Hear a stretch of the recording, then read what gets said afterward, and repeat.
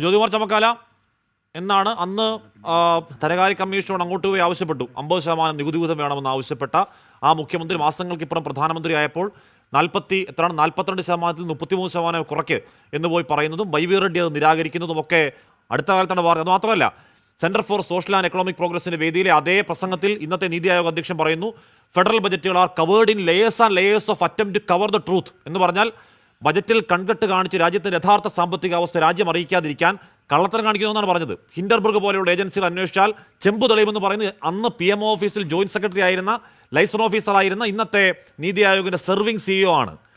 ഈ നേരത്തെ ശ്രീ ജ്യോതികുമാർ ചാമക്കാല പറഞ്ഞ അല്ലെങ്കിൽ എന്താണ് ഡെവല്യൂഷന്റെ കണക്കുകൾ വേർതിരിച്ച് പറഞ്ഞ ആർജവത്തിന്റെ 10 ആർജവത്തിൽ ഒരു കോൺഗ്രസ് നേതാവിന്റെ പ്രതികരണം ഞെട്ടൽ ആ വിഷയത്തിൽ കണ്ടില്ല കേട്ടോ ശ്രീ ജ്യോതികുമാർ ചാമക്കാല. അന്നും ഹാഷ്മി, ഇവിടെ ഇന്നത്തെ ചർച്ചയുടെ ഒരു പ്രശ്നം എന്താണെന്ന് അറിയാമോ? താങ്കളുടെ ഒരു ഇൻട്രോയ്ക്ക് അനുസരിച്ച് ആര് സംസാരിക്കുന്നു അവർക്ക് എന്തും സംസാരിക്കാം. താങ്കൾ ഈ ചർച്ച കഴിഞ്ഞതിന് ശേഷം ഇന്നത്തെ ചർച്ച ഒന്ന് മനസ്സിലെത്തി കേൾക്കണമെന്നാണ് എൻ്റെ ഒരു അഭിപ്രായം. നോക്കൂ, ഞാൻ കർണാടകയിൽ പോപ്പുലറിസ്റ്റിക് ആയിട്ടുള്ള ചില സ്കീമുകൾ അവതരിപ്പിച്ചപ്പോൾ അതിനെക്കുറിച്ചൊന്ന് പറയാൻ ആരംഭിച്ചപ്പോൾ തന്നെ താങ്കൾ അതിലേക്ക് ഇടപെടുന്നത് ഞാൻ കണ്ടു. പക്ഷേ നമുക്ക് ഭരണഘടനയിലെ ഒരു 5 ആർട്ടിക്കിളെങ്കിലും അദ്ദേഹത്തിന് കിട്ടിയ സമയത്തിനുള്ളിൽ ശ്രീ സമ്പത്ത് നമ്മളെ പഠിപ്പിക്കുന്നത് കണ്ടു. നമ്മളത് കേട്ടിരിക്കുകയും ചെയ്തു. നമുക്ക് തർക്കമില്ല. ഞാൻ അതിലേക്ക് തർക്കിച്ച് സമയം കളയാനും ഞാനില്ല. താങ്കൾ ഇത് കഴിഞ്ഞതിന് ശേഷം താങ്കൾ ഒന്ന് കേൾക്കുക. ഇനി ഞാൻ ആ വിഷയത്തിലേക്ക് വരാം. ഈ വിഷയത്തിലേക്ക് വന്നാൽ ഞാൻ ശ്രീ സമ്പത്ത് പറഞ്ഞതിനോട് പരിപൂർണ്ണമായും ചില കാര്യങ്ങൾ യോജിക്കുന്നു. ഞാൻ അതെടുത്ത് പറയാം. ഞാൻ അദ്ദേഹത്തിനോട് GST കോമ്പൻസേഷൻ നീട്ടണമെന്നതിനെ സംബന്ധിച്ചോ ഡെവല്യൂഷനെ സംബന്ധിച്ചോ പിന്നെ നമുക്ക് ഡെഫിസിറ്റ് ഗ്രാന്റ് കിട്ടുന്നതിനെ കുറിച്ചോ ഒക്കെ പറഞ്ഞതിന് അദ്ദേഹം എതിർത്തിട്ടില്ല. അപ്പോൾ അദ്ദേഹം അനുകൂലിക്കുന്നു എന്ന് വേണം ഒരു പരിധി വരെ കണക്കാക്കാൻ. ഏതായാലും അദ്ദേഹം പറഞ്ഞ ചില കാര്യങ്ങളുണ്ട്.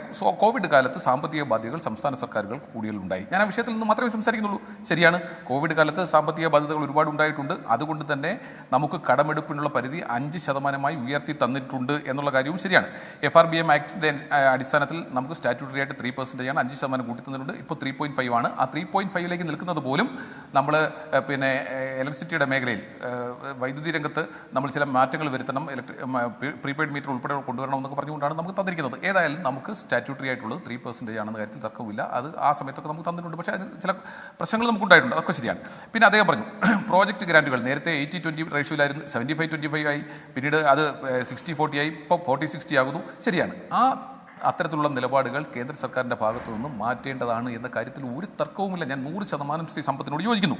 അതുപോലെ തന്നെ അവരുടെ എന്തെങ്കിലും ഒരു ഗ്രാൻറ്റിൻ്റെ എയ്ഡ്സ് തന്നതിൻ്റെ പേരിൽ ഇപ്പോൾ നമ്മുടെ PHCകൾക്ക് അവർ പറയുന്ന പേര് കൊടുക്കണമെന്ന് പറയുന്നതോ നമ്മുടെ ലൈഫ് പദ്ധതിയുടെ ഭാഗമായിട്ടുണ്ടാക്കുന്ന വീടുകൾക്ക് ആ പേര് കൊടുക്കണമെന്ന് പറയുന്നതോടൊന്നും ഞങ്ങൾക്ക് യോജിപ്പില്ല. ഞങ്ങൾ എതിർത്തത് ഈ സംസ്ഥാനത്തിൻ്റെ ഇത്തരത്തിലുള്ള വിഹിതങ്ങളെ സംബന്ധിച്ച് അവർ പറയുന്ന കള്ളക്കണക്കുകളെ കുറിച്ചാണ്, ഇല്ലാത്ത കണക്കുകൾ ഊതിപ്പെരുപ്പിക്കുന്നതിനെ കുറിച്ചാണ്. ഇനി നിങ്ങൾ 3 പേരും തമ്മിൽ തർക്കിച്ച ഒരു വിഷയമുണ്ടല്ലോ. നിങ്ങൾ 3 തർക്കിച്ച വിഷയം എന്താണ്? ഇവിടെ പോപ്പുലേഷൻ ഇൻഡെക്സ് നമുക്ക് ഇത്തരത്തിലുള്ള ഗ്രാൻഡ് ലഭിക്കുന്നതിന് ഡിവിസി പൂളിൽ നിന്ന് പൈസ ലഭിക്കുന്നതിന് കണക്കാക്കുന്നതിൻ്റെ രീതിയെക്കുറിച്ച് നിങ്ങൾ 3 പേരും പറഞ്ഞത് അതിനെ സ്വാഭാവികമായിട്ടും ആ രീതി മാറേണ്ടതുണ്ട് എന്ന കാര്യത്തിൽ നമുക്ക് 4 പേർക്കും തർക്കമില്ല. എന്നാൽ ഇപ്പോൾ എന്തുകൊണ്ടാണ് അത് ഡിസ്കഷനിലേക്ക് വന്നത് എന്ന കാര്യത്തിൽ വ്യക്തത വരുമ്പോൾ ഇതിലെ യാഥാർത്ഥ്യങ്ങൾ നമുക്ക് ബോധ്യപ്പെടും.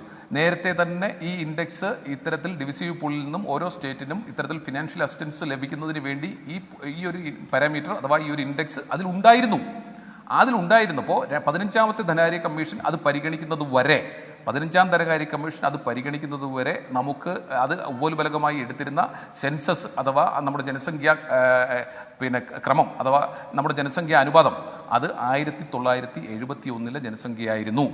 2011 ജനസംഖ്യയാണ് 2015 15ാം ധനകാര്യ കമ്മീഷൻ 2011 പിന്നെ സെൻസസിന്റെ ഭാഗമായിട്ടുള്ള ജനസംഖ്യയാണ് എടുത്തിട്ടുള്ളത്. അപ്പോഴാണ് നമുക്കൊരു വലിയ സെറ്റ് ബാക്ക് ഉണ്ടായത്.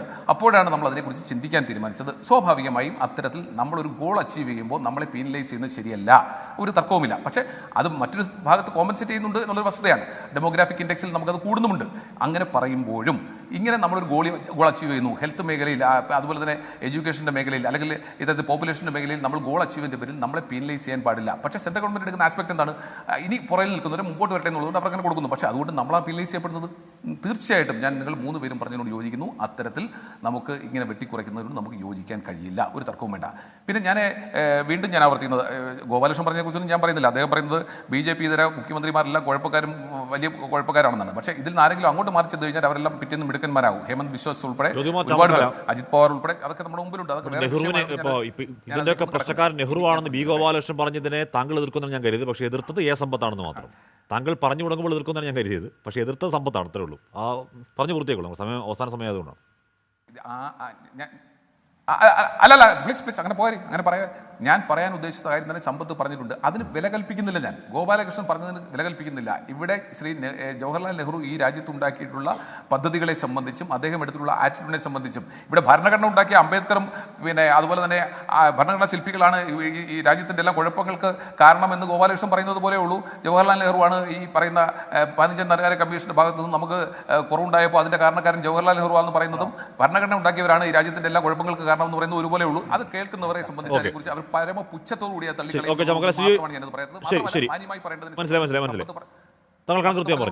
അതിലേക്ക് കടക്കുന്നില്ല. ഇനി ഞാൻ ഒന്നുകൂടെ പറഞ്ഞ അവസരം സമയമുണ്ടെങ്കിൽ ചോദിക്കുന്നത്, GST കോമ്പൻസേഷൻ ഇനി കിട്ടാനുണ്ട് എന്ന് പറയുന്നത് തെറ്റല്ലേ? കിട്ടിയാൽ കൊള്ളാം എന്നല്ലേ അതിന്റെ ന്യായമായ കാര്യം? ഡെവല്യൂഷനും അതുപോലെ തന്നെ ഡെഫിസിറ്റ് ഗ്രാൻറ്റും നമുക്ക് കുറഞ്ഞോ കൂടിയോ എന്ന കാര്യത്തിൽ അദ്ദേഹത്തിന് തർക്കമുണ്ടോ? സ്വാഭാവികമായിട്ട് കടമെടുപ്പ് പരിധിയിൽ അത് കിഫ്ബിയും അതുപോലെ തന്നെ നമ്മുടെ പെൻഷന് വേണ്ടിയുള്ള സ്പെഷ്യൽ പർപ്പസ് വെഹിക്കിളും അതിന്റെ പരിധിയിൽ വരുമെന്ന് വളരെ മുൻകൂട്ടി ഞങ്ങൾ പറഞ്ഞിരുന്നതല്ലേ? ഇപ്പോൾ അതിൽ പിടിക്കപ്പെട്ടപ്പോൾ മാത്രം നിങ്ങൾ കേന്ദ്രത്തെ കുറ്റപ്പെടുന്നതിൽ കാര്യമുണ്ടോ? ഞങ്ങൾ വളരെ നേരത്തെ തന്നെ പറഞ്ഞിരുന്നതാണ്. അതുപോലെ തന്നെ ധനകാര്യ കമ്മീഷൻ അത് 14ഉം 15ഉം തമ്മിലല്ലേ താരതമ്യം ചെയ്യേണ്ടത്? 10ാമത്തെ ധനകാര്യ കമ്മീഷനും 15ാം ധനകാര്യ കമ്മീഷനും ബി ഗോപാലകൃഷ്ണൻ, ഞാൻ ഇപ്പോൾ എനിക്കൊരു വിദ്യാർത്ഥി രാഷ്ട്രീയം ഉണ്ടായിരുന്നു. എനിക്ക് ആ വിദ്യാർത്ഥി രാഷ്ട്രീയ കാലത്തെക്കുറിച്ച് ഓർക്കുമ്പോൾ അഭിമാനം മാത്രമേ ഉള്ളൂ. ഞാനൊരു ബസ്സും കത്തിച്ചിട്ടില്ല, ഒരു ഓഫീസും കത്തിച്ചിട്ടില്ല. പക്ഷേ ഒരു രാഷ്ട്രീയക്കാരനായി താങ്കൾ വന്നിരുന്ന് രാഷ്ട്രീയ മൂന്നാംകട എന്നൊക്കെ പറയുന്നത് ശരിയല്ല. താങ്കൾ വിമർശനം മറുപടി പറഞ്ഞോളൂ. അത് പോട്ടെ, അത് താങ്കളുടെ ഇൻ്റർവ്യൂവിനെ കുറിച്ച് അത് ഞാൻ വിട്ടു, അത് കേട്ടവർക്ക് മനസ്സിലാവും. ഞാനിപ്പോൾ പറയാൻ വന്നത് ഈ നെഹ്റുവിൻ്റെ കാര്യത്തെക്കുറിച്ച് പരമപുച്ഛത്തോടെ അത് തള്ളുന്നു എന്ന് പറയുന്നതിൽ ഒരർത്ഥവുമില്ല. കാരണം ധനകാര്യ കമ്മീഷൻ ആദ്യ പ്രധാനമന്ത്രി ജവഹർലാൽ നെഹ്റുവിൻ്റെ കാലഘട്ടത്തിലാണ് ഉണ്ടായത്. അതാണ് ഞാൻ പറഞ്ഞത്. ആ ധനകാര്യ കമ്മീഷനാണ് ഈ തീരുമാനം എടുത്തത്. ഒരു സംസ്ഥാനത്തിൻ്റെ ചെലവിൽ അവിടെ നിന്ന് ടാക്സ് പിരിക്കുന്നുണ്ടെങ്കിലും അതിലെ 57% സംസ്ഥാനം വഹിക്കണമെന്നും 33% മറ്റേ മാത്രമേ സംസ്ഥാനത്തിന് കിട്ടുകയുള്ളൂ എന്നുള്ളത് അന്നത്തെ ധനകാര്യ കമ്മീഷന്റെ തീരുമാനമാണ്. അത് നരേന്ദ്രമോദി കൊണ്ടുവന്നതല്ല. അതാണ് ഞാൻ പറഞ്ഞത്. അപ്പോൾ ധനകാര്യ കമ്മീഷൻ ജവഹർലാൽ നെഹ്റു കൊണ്ടുവന്നതല്ലേ? അല്ലേ? നിങ്ങൾ സാമ്പത്തികമായിട്ട് ഈ കാര്യത്തെപ്പറ്റി പഠിച്ച ആരെങ്കിലും ഉണ്ടെങ്കിൽ ചോദിക്കുക, ഞാൻ പറഞ്ഞത് ശരിയാണോ തെറ്റാണെന്ന്. രണ്ടാമത്തെ കാര്യം, ജനസംഖ്യ എന്ന് പറയുന്നത് ഇനി മുതൽ 2011 എടുക്കുക, അല്ല അതിന് മുമ്പുള്ളത് എടുക്കുമോ? 2011 സെൻസസ് പ്രകാരമാണ് ഇനി എല്ലാ കാര്യം വരാൻ പോണത്. അടുത്ത ജനസംഖ്യ വരാൻ പോവാ, അടുത്ത സെൻസസ് എടുക്കാൻ പോവാ. അപ്പം നമുക്ക് ഈ സെൻസസ് പറ്റില്ല. 1947 സെൻസസ് എടുക്കണം എന്ന് പറഞ്ഞാൽ അതൊക്കെ നടക്കണ കാര്യമാണോ? അപ്പം അതൊന്നും നടക്കില്ല. മൂന്നാമത്തെ കാര്യം, സമ്പത്തിനോട് എനിക്ക് വളരെ അടുത്ത സുഹൃത്തൊക്കെയാണ്, വളരെ നല്ല താല്പര്യമുണ്ട്. അദ്ദേഹം കോൺസ്റ്റിറ്റ്യൂഷനൊക്കെ പഠിപ്പിച്ചു.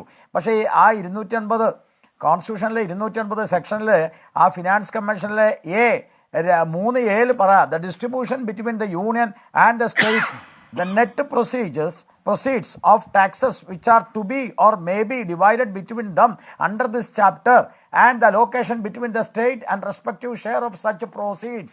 അപ്പോൾ ഇത് വരുമ്പോൾ ഈ 15ാം ധനകാര്യ കമ്മീഷൻ ഒരു കോൺസ്റ്റിറ്റ്യൂഷണൽ ബോഡിയാണ്. അത് ഗവൺമെന്റിന്റെ മാത്രമല്ല, അതൊരു കോൺസ്റ്റിറ്റ്യൂഷണൽ ബോഡിയാണ്. ആ കോൺസ്റ്റിറ്റ്യൂഷണൽ ബോഡി എടുക്കുന്ന തീരുമാനമാണ്. ആ തീരുമാനമാണ് നടപ്പാക്കുന്നത്. അതിന് നരേന്ദ്രമോദിയുടെ നെഞ്ചത്ത് കയറി ജന്തൻ മന്ദിറിൽ സമരം ചെയ്തതുകൊണ്ട് എന്ത് കാര്യം? ഒരു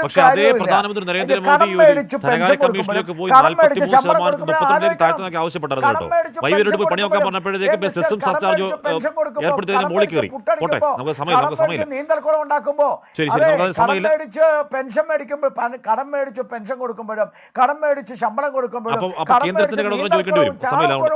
നോക്കണം. കടം എന്ന് പറഞ്ഞാൽ കേരളത്തിന്റെ കടം കൂടിയതാ മിസ്റ്റർ. കേന്ദ്രത്തിന്റെ കടം എന്ന് പറഞ്ഞാൽ അത് കേരളം അടക്കമുള്ള സംസ്ഥാനത്തിന്റെ കടമാണ്. അല്ലാതെ കേരളവും കേന്ദ്രവും രണ്ട് സംസ്ഥാനമല്ല. നമ്മുടെ ചർച്ചയോട്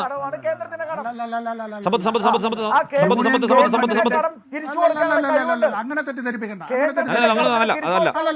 യൂണിയൻ ഗവൺമെന്റിന്റെ കടം, ആ ധനക്കമ്മി 6.4, കേരളത്തിന്റെ ധനക്കമ്മി 2.5. ഈ കള്ളം പറയാനുള്ളത് തന്റെ മൗലികാവകാശമാണ് എന്ന് ആരെങ്കിലും തെറ്റിദ്ധരിച്ചു പോയിട്ടുണ്ടെങ്കിൽ അവരോട് വാസ്തവത്തിൽ നമ്മുടെ സമയം പൂർണ്ണമായി കഴിഞ്ഞു. എന്തായാലും താങ്കൾ ഭരണഘടന പറഞ്ഞു അവസാനിപ്പിക്കുന്ന നന്നായി. കാര്യം ഭരണഘടന തന്നെയാണ് നമുക്ക് ആശ്രയം. അത് തന്നെയാണ് നമ്മൾ നെഞ്ചോട് ചേർത്ത് ഹൃദയത്തോട് ചേർത്ത് വെക്കുന്നത്. നമ്മൾ എന്തായാലും ആ ചർച്ചയിലേക്ക് കൂടുതൽ വരേണ്ടി വരും. കാര്യം ഈ പറയുന്ന ജനസംഖ്യാടിസ്ഥാനത്തിൽ നമ്മൾ നേടിയ നേട്ടത്തിൻ്റെ പേരിൽ നമുക്ക് ഡെവല്യൂഷൻ കുത്തനെ കുറയുക എന്ന് പറയുന്നത് അനീതിയാണ്. ആ നീതി ഇന്ന് ഡൽഹിയിൽ വളരെ കൃത്യമായി തന്നെ അവിടെ സമരത്തിൻ്റെ രൂപത്തിൽ പറയാൻ പ്രതിപക്ഷ സംസ്ഥാനങ്ങൾക്കായി സമരത്തിന് അഭിവാദ്യങ്ങൾ.